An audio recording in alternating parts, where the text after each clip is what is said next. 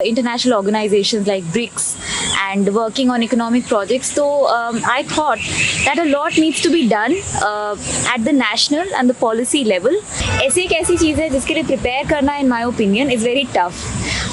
मैंने पर्सनली क्या किया कि मुझे रीडिंग बहुत पसंद है. अभी भी मेरे हाथ में है अमिताभ घोष की the glass palace. I am reading it and जितना आप पढ़ते हैं ना आपके माइंड में उतने आइडियाज़ आते हैं. और काफ़ी लंबा चला. My interview lasted around 40-42 minutes. एक लगातार हमें 4 घंटे 5 घंटे नहीं मिल पा रहे. मुझे PhD का भी काम होता था and I was mentoring many students in their internships, in their research. I was associated with BRICS. I was associated with Defense Research and Studies. These are all think tanks. History में you can do your NCERTs for ancient and medieval history. For culture मैंने I will say कि मैंने कुछ follow नहीं किया था because मेरे घर पे बहुत सारी मेरे पेरेंट्स से बातें होती रहती हैं about many things relating to culture. Hello everyone, welcome to student. तो हमारे साथ है अन्ना सिन्हा मैम, जिनका 112 रैंक के साथ UPSC में सिलेक्शन हुआ है. और मैम का जो ऑप्शनल था वो इकोनॉमिक्स था. मैम की हम आज जर्नी जानते हैं कि मैम की जर्नी कैसी रही, क्या स्ट्रेटजी उन्होंने फॉलो करी, क्या बुक लिस्ट फॉलो करी. क्योंकि मैम जॉब कर रही थी कहीं ना कहीं देखा जाए इंटरनेशनल और नेशनल ऑर्गेनाइजेशन में, जैसे कि ब्रिक्स है. और मैम PhD भी कर रही थी. तो इसके साथ मैम ने UPSC की तैयारी की है. तो आज हम मैम की जो डिटेल जर्नी है वो जानते हैं. अभी तक आपने चैनल को सब्सक्राइब नहीं किया तो चैनल को सब्सक्राइब कर लीजिए, इस वीडियो को लाइक करें. एंड आपके जो भी क्वेरीज होते हैं आप हमें इंस्टाग्राम और फेसबुक पर मैसेज कर सकते हैं. मैम सबसे पहले आप अपना नाम और एजुकेशन बैकग्राउंड बताइए. मेरा नाम अन्ना सिन्हा है और currently I am a PhD scholar in economics eight Ambedkar university Delhi. मैंने BA एंड MA दोनों इकोनॉमिक्स से ही किया है. I was a BA from Delhi university and right now I am a PhD scholar. Also I am a JRF scholar in economics. Okay, so ma'am first of all ये बताइए ma'am, अभी आपका जो नाम है अन्ना सिन्हा, इसके बारे में बताइए. थोड़ा सा लगता है मैम साउथ इंडियन नाम हो या फिर बॉयज़ का नाम हो सकता है. Sure, I've heard about this a lot. Actually, Anna, I've heard, yes, South India mein it means big brother, but Right. In Sanskrit it comes from An. So, An se Anna, which basically means fertile earth. My parents used to think of another name, Shasya, which would again mean fertile earth, मतलब हरी भरी धरती. तो actually Sanskrit में इसका ये meaning है. Okay ma'am, so ma'am आप अपनी UPSC की जर्नी के बारे में बताइए. जैसे कि आप अभी PhD स्कॉलर भी हैं और मैम आपने इस इकोनॉमिक्स में इतना काम किया है आगे जाके, और भी नेशनल एंड इंटरनेशनल ऑर्गेनाइजेशन में काम किया है. तो मैम सिविल सर्विसेज के बारे में आपने कैसे सोचा कि आपकी सिविल सर्विसेज में जाना है, प्रिपरेशन करना है? एक्चुअली सिविल सर्विस के बारे में मैंने काफ़ी लेटर सोचा. My whole orientation has been towards academics. मेरे पेरेंट्स दोनों प्रोफेसर्स हैं एंड कहीं ना कहीं इकोनॉमिक्स से बहुत जुड़ाव रहा मेरा. But at one point when I was working with international organisations like BRICS and working on economic projects. So I thought that a lot needs to be done at the national and the policy level for the Indian economy and for encashing our demographic dividend and also making better trade deals, you know. Right. So I thought कैसे इसको किया जा सकता है. academic से भी किया जा सकता है, but also when you go into policy making, there you can do. Also एक काफ़ी लाइफ चेंजिंग एक्सपीरियंस था. I was an intern at the Directorate of Foreign Trade, which is Ministry of Commerce. And वहाँ पे मैंने देखा how foreign trade policy is actually implemented. So I thought कि yes, maybe I should go into this line. Let's see how it goes. Right ma'am, so आप अपनी UPSC की journey के बारे में बताइए. फिर जो भी आपने एग्जाम्स दिए हैं वो कब दिए, क्या रिजल्ट रहा, इसके बारे में. I think UPSC के अलावा I've just given one exam and that was NET JRF, which I cracked in my first attempt. And at that time I was not thinking of UPSC. उसके बाद I thought about it. तो UPSC जब मैंने दिया, the experience and the only advice I have for aspirants is number one, follow your standard book list, right? Go for multiple revisions. Do not read extra. You don't need to. And keep a cool mind. Because मैंने ये देखा है बहुत लोगों का prelims नहीं निकलता first of all. And वो इसलिए होता है because somewhere we are very stressed, you know, we are taking too much stress, we are thinking बहुत बड़ा एग्जाम है, नहीं कर पाएंगे, but don't take it too seriously. I know this is a strange advice coming from someone who's cracked it, but अगर आप seriously लेते हैं तो आपका दिमाग उतना काम नहीं करता. Keep a backup and do it with fun, do it with energy. Right ma'am. So first of all ma'am ये बताइए कि आपका जब रिजल्ट आया तो उस टाइम पे आपका क्या रिएक्शन था, पेरेंट्स का क्या रिएक्शन था? रिजल्ट्स आया तो काफ़ी दिनों से बात चल रही थी ऑन वेरियस चैनल्स की results are going to come, and first few days I was tense, लेकिन जिस दिन रिजल्ट आना था उस दिन strangely all the tension had left me and I was actually cooking because I love cooking. Okay. I was cooking and the results came and मैंने silently बिल्कुल file देखी and I found my name and my father was there. I told him कि हाँ पापा, I think मेरा हो गया. That's it. It was a very silent occasion. Okay, so ma'am क्या कुकिंग कर रहे थे वैसे आप? I love cooking Italian, so I was Okay. actually cooking lasagna that day for the afternoon. Okay. So ma'am बात की जाए आपकी प्रिपरेशन की, तो मैम सबसे पहले जब आपने प्रिपरेशन करने स्टार्ट किया होगा तो मैम कैसे किया? जैसे कि आपने बताया आप इकोनॉमिक्स बैकग्राउंड में ज़्यादा जुड़े हुए, देन आपको ह्यूमैनिटीज़ के सारे सब्जेक्ट पढ़ने को मिले, तो वो economics background I think will actually help me, Right. क्योंकि इकोनॉमी से रिलेटेड काफ़ी क्वेश्चंस आते हैं, करंट अफेयर्स से भी रिलेटेड होता है. बाकी I think I went through what most people have been doing online. काफ़ी इन्फॉर्मेशन है ऑफ वेरियस टॉपर्स कि you know what book list should be follow. Right. So I followed standard NCERTs and I will say कि economy में मुझे ज़्यादा पढ़ने की ज़रूरत नहीं पड़ी. For other things, current affairs, I read a newspaper. One newspaper is more than enough. I followed Indian Express and that's it, I think. Multiple revisions. Okay. So ma'am क्या प्रीलिम्स और मेंस के साथ में preparation की आपने या फिर अलग अलग की मैम? शुरू में तो मैंने प्रीलिम्स की प्रिपरेशन की because I had this in mind that यहाँ पे success rate is just 1%. So I prepared for that. Mains में I will say that writing में I don't have a big issue. तो I started writing immediately after 10-15 days of prelims and yeah, I didn't have to make notes or anything. I just started attempting previous year questions and that was it. Okay. और mains के लिए बताइए ma'am, specially mains के लिए क्या strategy follow करी, क्योंकि आपके one of the best rank आई है, 112 रैंक काफ़ी अच्छी रैंक होती है मैम यूपीएससी में, तो मैम कहीं ना कहीं मेंस में आपके अच्छे मार्क्स रहे होंगे. मेंस में स्ट्रैटेजी का यही है that you should practice writing. You know आपको जितना पढ़ना था आपने प्रीलिम्स में पढ़ लिया है. You don't need to do extra now you need to see आपका प्रेजेंटेशन कैसा हो रहा है, right? So for the presentation, try to write probably not much. So 1-2 questions से start करिए per day, and you can see if there's anyone who can evaluate for you. अगर ऐसा कोई नहीं है, you don't have a test series or anything, आप toppers के answer sheets देखिए and see how they are writing as compared to you. Improve yourself every day and just be consistent. Yeah. Right ma'am. जैसे कि ethics and ऐसे है ma'am, normally students के marks उनमें कम रह जाते हैं, तो उसके लिए आप क्या करते थे? एथिक्स एंड ऐसे दो अलग अलग चीज़ें हैं. Right. एथिक्स के लिए अगेन बेसिक आप फॉलो करें. यू कैन टेक लेक्सिकॉन और you can take any book which has your definitions there and just try to see case studies, I think, from previous year. Don't rely on any handout. When you rely on that तो आप एक दूसरे zone में चले जाते हैं. Just look at what UPSC has been asking, right? So look at that. About essay, ऐसे एक ऐसी चीज़ है जिसके लिए प्रिपेयर करना in my opinion is very tough. मैंने पर्सनली क्या किया कि मुझे रीडिंग बहुत पसंद है. अभी भी मेरे हाथ में है अमिताभ घोष की the glass palace. I am reading it and जितना आप पढ़ते हैं ना आपके माइंड में उतने आइडियाज़ आते हैं. तो that prepares enough fodder for you. और ऐसे लिखना कैसे, आई थिंक इसके लिए आप देख लीजिए कि yes you should be starting with an anecdote और a coat.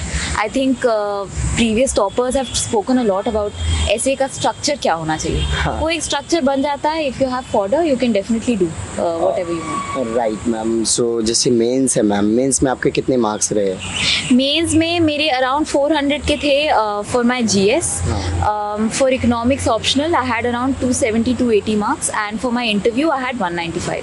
195. That's great ma'am. So ma'am interview के बारे में बताइए. इंटरव्यू के लिए आपने कैसे प्रिपेयर किया, और इस बार देखा जाए तो one of the highest marks आपको इंटरव्यू मिला है मैम. इंटरव्यू फॉर्चुनेटली और अनफॉर्चुनेटली मेरा interview was on the first day of the interview, 5th April.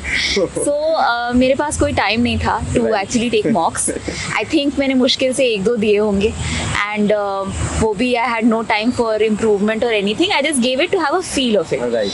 So interview मेरा कैसा गया it was a very good balance between डैफ and current affairs.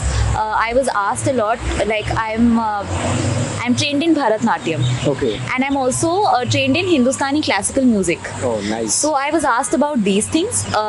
मेरा रीडिंग हॉबी है तो उसके बारे में मुझसे पूछा गया. इंटरनेशनल अफेयर्स में मेरा काफ़ी काम रहा है. So he asked, PB Vyas sir was my chair. So he asked me about the current affairs, what is Putin's psychology, what is the state of affairs in Sri Lanka, etc. So it was a very good balance between the two, I will say. और काफ़ी लंबा चला. My interview lasted around 40-42 minutes. 42 minutes. So ma'am जब आप interview देकर आए थे तो फुली सेटिस्फाई थे कि हाँ मेरे को one of the best marks मिल सकते हैं? जब मैं इंटरव्यू दे के आई थी तो मैं सोच नहीं रही थी कि मुझे मार्क्स कितने आएंगे. I was just happy that it was a very informed conversation. Right ma'am. So I was happy to have that conversation. Okay. So ma'am normally students पूछते हैं कि टॉपर ने कोचिंग की है या फिर सेल्फ स्टडी की है, तो मैम आपके केस में क्या रहा? मैंने कभी कोचिंग नहीं की. Oh, it's that's all great. About self study and I think whoever is watching here, अगर आप वंडर करते हैं कि हमें कोचिंग लेनी चाहिए या नहीं एंड या आप इकोनॉमिकली उस बैकग्राउंड से आते हैं कि कोचिंग भारी पड़ रही है, तो let me tell you can do it on your own. You just have to follow the standard books and don't expand your resources. वो जो standard books हैं उन्हीं को आप repetitively revise करिए and you will be able to do really well. So I think self study से everything is possible. Just be consistent. Right ma'am. जैसे कि आपने बताया कि आप मैम आपके जो पेरेंट्स हैं वो दोनों प्रोफेसर हैं, तो मैम कहीं ना कहीं आप इकोनॉमिकली बैकग्राउंड अच्छे होंगे, बट मैम आपने क्यों नहीं सोचा कोचिंग लेने का, और देन आप सेल्फ स्टडी पे क्यों रिलाई किए? इसके पीछे क्या कारण था? किसी की गाइडेंस का था, क्या था? गाइडेंस के लिए तो आई विल से कि मेरी mother, she has been the biggest guiding force.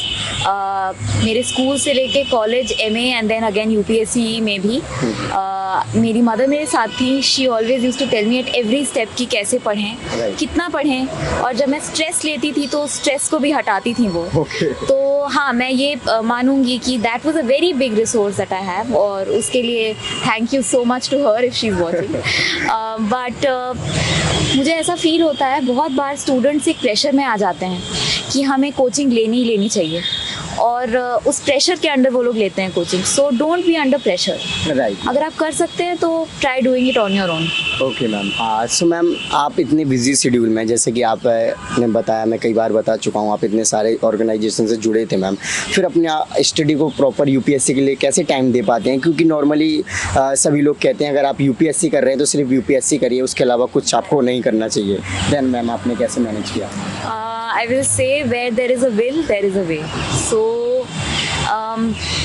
you have to squeeze yourself. कई बार आपको लगता है कि टाइम बिल्कुल एक लगातार हमें 4 घंटे 5 घंटे नहीं मिल पा रहे हैं. राइट. मुझे PhD का भी काम होता था and I was mentoring many students in their internships, in their research. I was associated with BRICS, I was associated with Defense Research and Studies. These are all think tanks.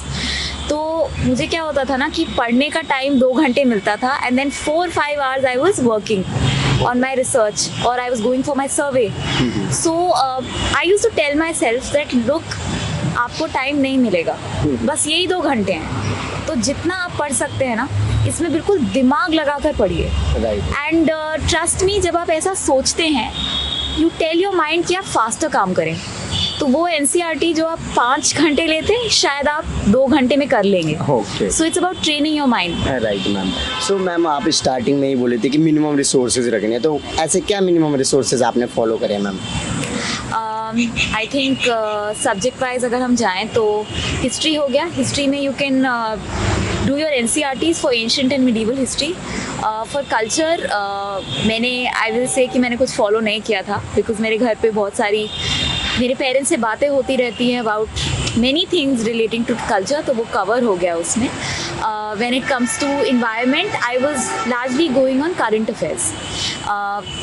कोई भी hand out ले लीजिए आप, vision IAS हो गया, insights हो गया, everything is good. Then it comes to economy again current affairs ही किया मैंने क्योंकि बेसिक डेफिनेशंस मुझे पता थे. एंड उसके बाद क्या बचता है, साइंस एंड टेक्नोलॉजी. न्यूज़पेपर पढ़िए, हैंडआउट्स पढ़िए, you don't need to subscribe to down to earth और एनीथिंग. एक न्यूज़पेपर पढ़िए, अच्छे से पढ़िए ma'am, and that's it. I think environment ma'am, environment वही current affairs. Then ma'am history जैसे कि काफ़ी बड़ा पोर्शन हो जाता है, तो मैम हिस्ट्री के लिए वही आप NCERT देखिए. एंड मॉडर्न हिस्ट्री के लिए यू कैन फॉलो स्पेक्ट्रम या राजीव वहीद जी. मैम ज्योग्राफी के लिए नॉर्मली कहा जाता है कि आप 11 से 12 NCERT पढ़ लेते हो तो मैक्सिमम कवर हो जाता है. हाँ, I think geography is a portion जो 11th-12th is more than enough NCERT, और मैंने भी वही किया था. और उसमें एक ह्यूमन ज्योग्राफी वाला पोर्शन होता है तो वो मैंने स्किप किया था. I did only the physical geography, world and India. Right ma'am. जो आपका इकोनॉमिक्स ऑप्शनल है मैम, उसमें आपको one of the best marks मिले हैं मैम, तो उसके बारे में बताइए. ऑप्शनल को आपने कितना टाइम दिया, यानी कि मुझे ऐसा लगता है कि आपका इकोनॉमिक्स तो वैसे भी कवर हो गया होगा कॉलेज एंड PhD में. जी, actually economics optional was something that I gave maximum time to. फिर भी क्योंकि ऑप्शनल कहते हैं कि एक ऐसी चीज़ होती है कि you should really give time. और ये भी रीज़न था कि कहीं ना कहीं जो सिलेबस आता है that is very different from what we study in PhD. So मुझे टाइम तो देना पड़ा था इकोनॉमिक्स में. और how I did it was, उसकी भी बुक लिस्ट होती है एक इकोनॉमिक्स ऑप्शन की स्टैंडर्ड. माइक्रो इकोनॉमिक्स के लिए होता है advanced micro economics. I think Jhingan का होता है for international economics. Macro economics again HL Ahuja. These are basic books I followed. Economics optional के लिए आई विल से one thing, it's a great optional. I love my subject, but एक चीज़ है कि थोड़ा उसका अगर आप सोच रहे हैं लेने का, याद रखिए कि उसकी बुक लिस्ट बहुत लंबी है. और एक एक सब टॉपिक के लिए एक एक बुक है, तो यदि आपका बैकग्राउंड नहीं है उसका तो थोड़ा टाइम लेके चलिए. Right ma'am. जैसे ma'am most of the students होते हैं, जैसे किसी का टॉपिक जैसे मैथ्स उनको इंटरेस्टिंग नहीं लगता है, तो मैम आपका ऐसा कोई पोर्शन रहा है जो आपका इंटरेस्टिंग नहीं रहा हो, और उसको फिर आपने कैसे पढ़ा, क्या करते थे उसको इंटरेस्टिंग बनाने के लिए? आई थिंक आई गॉट लकी कि मेजॉरिटी पोर्शन जैसे हिस्ट्री, कल्चर, ये सारी चीज़ें I am very interested in personally. थोड़ा साइंस एंड टेक्नोलॉजी में उतना इंटरेस्ट नहीं था, बट पढ़ लिया बिकॉज क्रिस्प में लिखा होता है तो आप फिर भी पढ़ सकते हैं. सो आई गेस या देना था, पढ़ लिया. Right ma'am. जैसे कि मैम अगर किसी और की बात की जाए, फ्रेंड सर्कल वगैरह की या फिर किसी की और मेंटोरशिप की, तो उसमें कुछ हेल्प रही आप? फ्रेंड सर्कल मेरा बहुत लिमिटेड है, और जो फ्रेंड्स हैं they are not in UPSC actually. They are into academics, और I have a very varied friend circle. Some people are actually writers, some people are academicians, and some people are acting, so there are loads of people. तो guidance मेरी friend circle से उतनी नहीं रही, पर मेरी mother हैं उनसे रही. और कहीं ना कहीं आप लोग की वजह से जो YouTube पे वीडियोस होते हैं या फिर जो ऑनलाइन रिसोर्सेज होते हैं, उसमें से काफ़ी हेल्प मिल जाती है कि आपको कहाँ से पढ़ना चाहिए. Right ma'am. सो कुछ टिप्स एंड ट्रिक्स होंगी जो आपने अपनी प्रिपरेशन के दौरान गेन की होंगी कि जो हर UPSC एस्पिरेंट फॉलो करें, देन उनको जल्दी सक्सेस मिल जाए? नंबर 1, यू शुड नो कि आप जिस एग्जाम में जा रहे हैं उसका कंपटीशन का लेवल कितना है. You should not take it lightly. हम फर्स्ट फ्यू अटेम्प्ट्स ये वेस्ट कर देते हैं सोच के कि अरे ये तो हो जाएगा, बिना पढ़े चले जाते हैं. Don't do that. नंबर 2, आपको अपनी बुक लिस्ट बहुत अच्छे से पता होनी चाहिए और बहुत लिमिटेड रखने चाहिए उन बुक्स को, सो दैट रिविजन मैक्सिमम हो पाए. तो I think maximum revision, minimum books and concentration, that really helps. Okay. So जो मैम सेल्फ स्टडी करना चाहते हैं, आपकी तरह प्रिपरेशन करना चाहते हैं, उनके लिए आप क्या मैसेज देना चाहोगे students? Be confident, be your own self. हो सकता है कभी आपको लगे कि काश कि मैं किसी की गाइडेंस ले रहा होता या ले रही होती, but trust me, when you do it on your own, you will feel very happy, you will feel very victorious, and you will be your own person. So try to do it, try to push the limits and be confident, it is doable. आप कर सकते हैं definitely, and my best wishes are to all of you. Okay, thank you so much ma'am for your lovely message. So guys, देखा ma'am ने अपनी journey को आपके साथ में डिटेल में शेयर किया. सो आप, आई होप कि आप इनकी जर्नी से इंस्पायर हुए होगा, कुछ सीखने को मिला होगा. तो अभी तक आपने चैनल को सब्सक्राइब नहीं किया तो चैनल को सब्सक्राइब कर दीजिए, इस वीडियो को लाइक करें. आपके जो भी क्वेरीज होते हैं आप हमें इंस्टाग्राम और फेसबुक पर मैसेज कर सकते हैं. इन सभी के लिंक वीडियो के डिस्क्रिप्शन में. जय हिंद.